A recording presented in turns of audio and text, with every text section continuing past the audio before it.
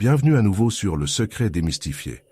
La première pleine lune du solstice d'été est presque là, et dans cette vidéo je vais révéler un secret connu uniquement des traditions anciennes et ésotériques. Il montre comment devenir un avec la nature peut nous aider à manifester tout ce que nous désirons. Plus tard, j'expliquerai aussi 3 choses à éviter de faire pendant cette pleine lune du 20 au 23 juin. Si vous avez du mal à manifester quelque chose, voici une bonne nouvelle pour vous. La période allant du solstice d'été du 21 juin au solstice d'hiver du 21 décembre est très propice à votre parcours de manifestation. Ce qui est encore plus favorable, c'est que la pleine lune coïncide avec le solstice d'été seulement une fois tous les 15 ans, ce qui signifie que cette année est celle où tout peut bien se passer.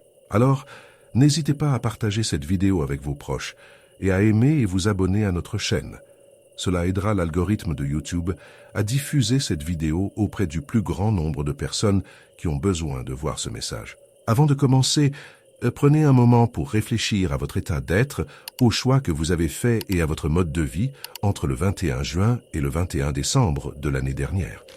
Pensez à comment vous étiez pendant cette période. Si vous étiez dans un état vibratoire élevé, vous avez probablement eu ou avez encore une période favorable depuis le 21 décembre 2023 jusqu'à maintenant. Cependant, si vous étiez dans des vibrations basses, comme des plaintes constantes ou une période difficile, les choses ont peut-être empiré depuis le 21 décembre. Prenez un moment pour y réfléchir et partagez vos pensées dans les commentaires. Pourquoi cela se produit-il? Faites très attention à ceci. Le solstice d'été, qui se produit autour du 21 juin dans l'hémisphère nord, est le jour le plus long de l'année, avec le plus de lumière du jour. Après ce point, la quantité de lumière du jour diminue chaque jour jusqu'au solstice d'hiver, qui se produit autour du 21 décembre. Cela signifie que nous allons avoir des nuits plus longues jusqu'au 21 décembre. Le changement de hauteur du Soleil dans le ciel chaque jour est dû à l'inclinaison de la Terre sur son axe, qui est d'environ 23,5 degrés par rapport à la verticale. Cette inclinaison fait que les hémisphères s'inclinent soit vers le Soleil, soit loin du Soleil selon la période de l'année. En conséquence de cette inclinaison, la Terre connaît des saisons. Lorsque l'hémisphère nord s'incline vers le Soleil, c'est l'été là-bas, tandis que l'hémisphère sud s'incline loin et connaît l'hiver simultanément. Et ce qu'il y a de plus intéressant, c'est que la vie sur Terre n'existerait pas sans cette inclinaison. Le monde physique dans lequel nous vivons ne peut exister qu'entre des polarités, jour et nuit, soleil et lune, bien et mal, été et hiver, masculin et féminin, positif et négatif, etc. Chaque loi universelle qui régit les planètes nous gouverne également. Cela signifie que tout ce qui se passe en dehors de notre Terre a un impact direct sur nous. Concentrons-nous maintenant sur la polarité du masculin et du féminin.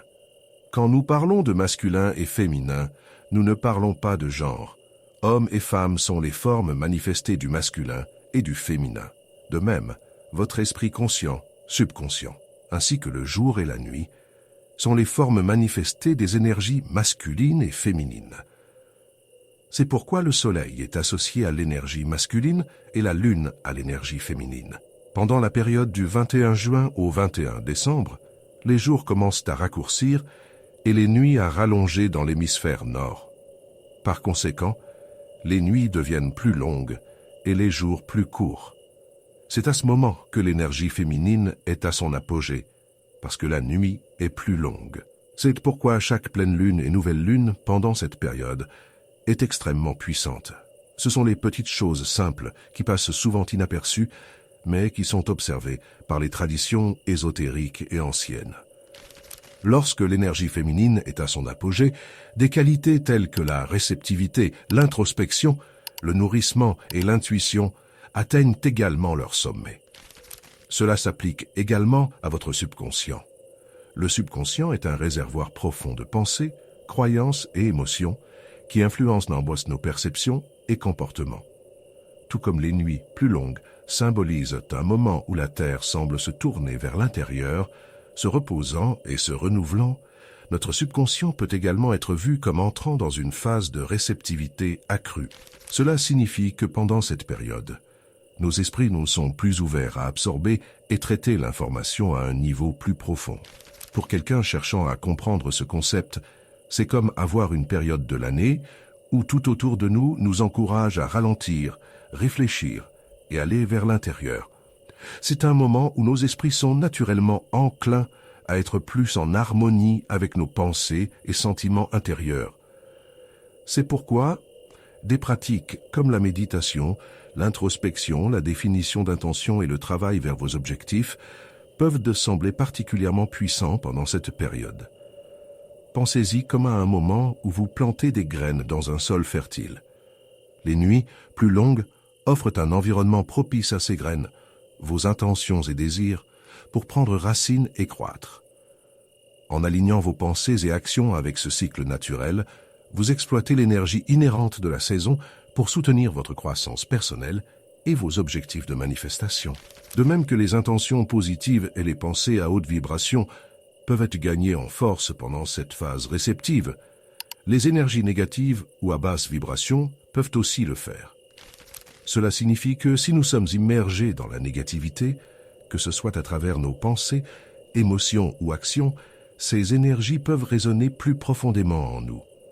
Notre subconscient agit comme un filtre à travers lequel nous percevons et interagissons avec le monde. Lorsque notre subconscient est saturé d'énergie à basse vibration, cela influence nos perceptions et comportements, de manière à attirer des énergies similaires de notre environnement extérieur. Cela peut se manifester par des expériences, des relations ou des circonstances qui reflètent la négativité sur laquelle nous nous concentrons. Pour éviter de manifester des résultats négatifs pendant cette période sensible, il est important de cultiver la conscience et de choisir consciemment des pensées et des intentions qui s'alignent avec la positivité, la croissance et le bien-être. Des pratiques comme la pleine conscience, la gratitude et l'autoréflexion peuvent aider à rediriger notre attention vers des vibrations plus élevées, favorisant ainsi une expérience plus positive et enrichissante pendant cette phase de réceptivité accrue. Puisque la pleine lune est également un événement cosmique féminin et s'aligne avec le premier jour de ce solstice, le 21 juin, vous pouvez imaginer à quel point cela va être puissant. Comme mentionné précédemment, cet alignement de la pleine lune et du solstice d'été ne se produit qu'une fois tous les 15 ans. Traitez cette période de pleine lune comme le premier jour de votre nouvelle année. Réfléchissez à vos succès depuis le solstice d'hiver, il y a 6 mois. Soyez reconnaissant pour les leçons apprises au cours des 6 derniers mois et affirmez-vous que vous tirerez le meilleur parti de cette période. Montrez maintenant votre enthousiasme dans les commentaires en disant « Le reste de 2024 et 2025 seront mes années. Cette pleine lune va être très importante pour vous. Maintenant, laissez-moi vous expliquer les 3 choses que vous devez éviter de faire pendant cette pleine lune pour maintenir vos vibrations élevées. La première chose à éviter est d'ignorer votre intuition. Ignorer votre intuition pendant la pleine lune peut affecter votre croissance spirituelle et votre développement personnel. L'intuition, également connue sous le nom de guidance intérieure ou sentiment instinctif, est une force puissante qui fournit des insights au-delà du raisonnement logique. Pendant la pleine lune, lorsque les énergies cosmiques sont fortes, notre intuition est souvent intensifiée, ce qui en fait un moment propice pour y prêter attention. Notre intuition agit comme une boussole, nous guidant vers les choix qui sont les meilleurs pour nous. Elle nous aide à comprendre ce qui nous semble juste et ce qui ne l'est pas. Ignorer notre intuition pendant la pleine lune peut entraîner des opportunités manquées, de mauvaises décisions et un sentiment de déconnexion de notre vrai moi et de l'univers. Lorsque nous ignorons notre intuition, nous pourrions prendre des décisions basées uniquement sur des pressions extérieures telles que les attentes sociales, la peur ou les désirs dictés par l'ego. Cela peut mener à des regrets, de la confusion et un sentiment d'insatisfaction. En écoutant notre intuition pendant la pleine lune, nous pouvons obtenir des insights précieux et des conseils qui nous aident à trouver la clarté et à nous aligner sur notre véritable but. Il existe de nombreuses façons de renforcer et d'honorer notre intuition pendant la pleine lune. La méditation, la pleine conscience et passer du temps dans la nature peuvent aider à calmer l'esprit et à s'accorder à notre sagesse intérieure. Le journal intime, l'écriture réflexive et les activités créatives peuvent également nous aider à accéder à une intuition plus profonde et à découvrir des insights subconscients. Consultez notre vidéo sur le rituel de la pleine lune pour en savoir plus. Le lien de la vidéo est disponible dans la description. De plus, prêtez attention aux signes et symboles qui apparaissent pendant la pleine lune, comme des numéros répétitifs ou des rencontres significatives, peut fournir des orientations de l'univers. Dans les commentaires, faites-moi savoir si vous voyez fréquemment des numéros répétitifs comme 11-11, 8-8-8 ou 6-6-6. En faisant confiance à notre intuition pendant la pleine lune, nous invitons plus de fluidité, de synchronicité et d'alignement dans nos vies. Nous devenons des co-créateurs avec l'univers, naviguant notre chemin avec grâce, sagesse et authenticité. La deuxième chose à éviter est de négliger la gratitude. La gratitude est l'un des moyens les plus rapides d'élever votre vibration. Négliger la gratitude pendant la pleine lune peut diminuer notre capacité à exploiter l'énergie abondante et les bénédictions disponibles pendant cette phase lunaire puissante. La gratitude est une pratique puissante qui consiste à reconnaître et apprécier les bénédictions, l'abondance et les expériences dans nos vies, grandes et petites. Lorsque nous négligeons la gratitude, nous ne reconnaissons pas la richesse et l'abondance qui nous entourent, ce qui mène à un sentiment de manque, de mécontentement et de déconnexion du flux d'énergie universelle. Pendant la pleine lune, les énergies cosmiques sont intensifiées, ce qui est en fait un moment opportun pour amplifier notre pratique de gratitude. La pleine lune symbolise l'accomplissement, la manifestation et la réalisation, ce qui en fait un moment idéal pour réfléchir aux bénédictions et réalisations de nos vies. En exprimant notre gratitude pendant cette période, nous nous alignons avec l'énergie abondante de l'univers, ouvrant les portes à encore plus de bénédictions dans nos vies. Négliger la gratitude pendant la pleine lune peut également créer une barrière à la manifestation et à l'abondance. La gratitude agit comme un aimant, attirant plus de ce que nous apprécions dans nos vies. Lorsque nous nous concentrons sur le manque ou l'insatisfaction, nous bloquons involontairement le flux d'abondance et de manifestation. En cultivant un état d'esprit de gratitude pendant la pleine lune, nous créons une boucle de rétroaction positive où notre appréciation pour les bénédictions de nos vies attire encore plus d'abondance et de satisfaction. De plus, négliger la gratitude pendant la pleine lune peut entraver notre croissance spirituelle et l'expansion de notre conscience. La gratitude est un élément clé de la pratique spirituelle car elle favorise l'humilité, la connexion et la révérence pour l'interconnexion de toute vie. Lorsque nous négligeons la gratitude, nous manquons l'opportunité d'approfondir notre connexion spirituelle et de cultiver un sentiment d'unité avec l'univers. Pratiquer la gratitude pendant la pleine lune peut prendre de nombreuses formes, telles que tenir un journal de gratitude, exprimer son appréciation à ses proches ou s'engager dans des actes de service et de gentillesse.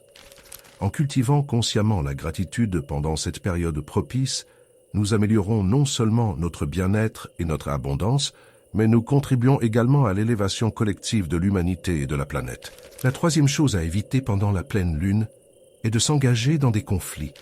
S'engager dans des conflits pendant la pleine lune peut exacerber les tensions et les malentendus, car les énergies intensifiées de cette phase lunaire peuvent amplifier les émotions et les dynamiques interpersonnelles. Le conflit survient souvent en raison d'un manque de compréhension, de mauvaise communication ou de problèmes non résolus. Et pendant la pleine lune, ces problèmes sous-jacents peuvent surgir avec plus d'intensité.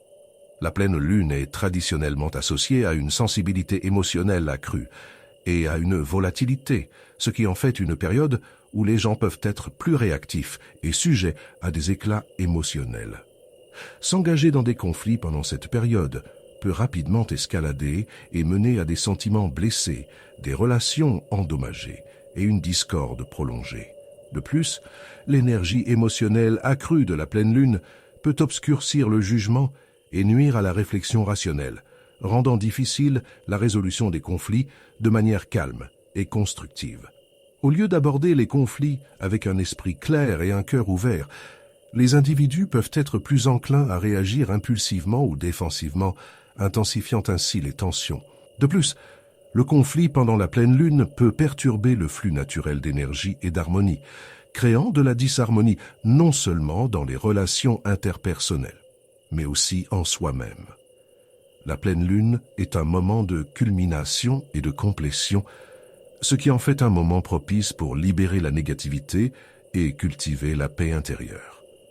S'engager dans des conflits perturbe ce processus, prolongeant les émotions négatives et entravant la croissance personnelle et le développement spirituel.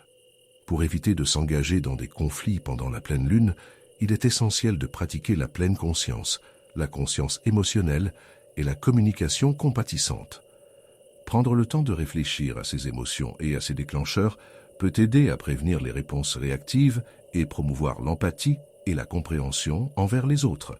Voici donc les 3 choses que je veux que vous évitiez de faire pendant cette pleine lune. Faire un rituel de manifestation.